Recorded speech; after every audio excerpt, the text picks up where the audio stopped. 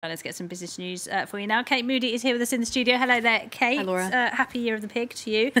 Same to you. Thank you. We're going to start with a major tax settlement, aren't we, between Apple and the French government? Yeah, absolutely. This is €500 million we're talking about. It represents a decade's worth of back taxes. The American tech giant has confirmed the report, which was initially published in the French weekly L'Express, although it would not comment on the exact figure. Now, like many other international corporations, Apple has come under fire for channeling its European profits through its headquarters in Ireland, which has a much lower tax rate than other EU member states. It's been ordered by the European Commission to pay Dublin €13 billion in back taxes. The French government now says the case underscores the need for a new European strategy for taxing digital giants. The bloc has so far been unable to reach a compromise, while Finance Minister Bruno Le Maire has been touting his efforts to push ahead with a unilateral tax here in France.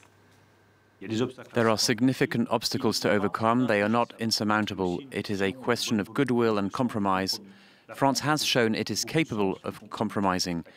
The issue of digital taxation is a moment of truth for Europe. It will either be a proof of unity or it will show it remains divided and weak. Meanwhile, General Electric has been fined a significantly smaller amount for failing to create the number of jobs that it promised when it bought Alstom's energy business. The French Finance Ministry said GE would pay €50 million towards a reindustrialization fund. In 2015, GE promised to create 1,000 new positions as part of its takeover of Alstom's power unit. Only 50 of those jobs have come to fruition. Germany's economy minister wants to create a state investment fund which could step in to boost struggling firms in key sectors to avoid their seeking help from foreign competitors. The proposals amount to a thinly veiled shot at China and, in particular, its technology firms. Luke Schrager reports. Germany's economy minister billed it a national industrial strategy for the next decade. A central thrust of his paper, protecting certain German firms through state intervention. It may take even the state to temporarily participate in companies, not to nationalize them and manage them permanently, but to prevent companies that are important for the key technology and skills of this country from being bought away, leaving the country, moving their potential. A national fund with clear rules could be used to pay for such investment.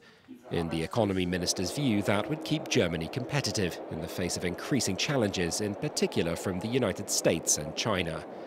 Efforts to protect firms in strategic sectors like telecommunications, energy and defense have ramped up over the last 2 years, culminating in December with lowering the threshold for state involvement in such areas. It comes against a backdrop of mounting fears over Chinese firms' proximity to Beijing. We need to talk to China to ensure that companies do not simply give up all data that is used to the Chinese state, but that there are safeguards, and that when you are working in Germany, that the Chinese state cannot access the data on all Chinese products.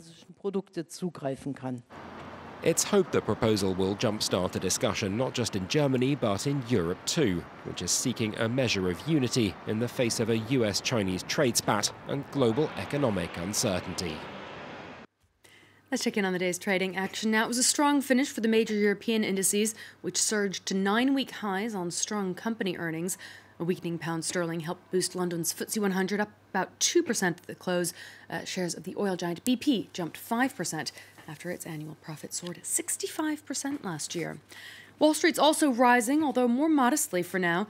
Estée Lauder is among the strongest performers. Shares of the beauty group up nearly 15%, while Google's parent company Alphabet has seen a slight dip after its revenue report disappointed.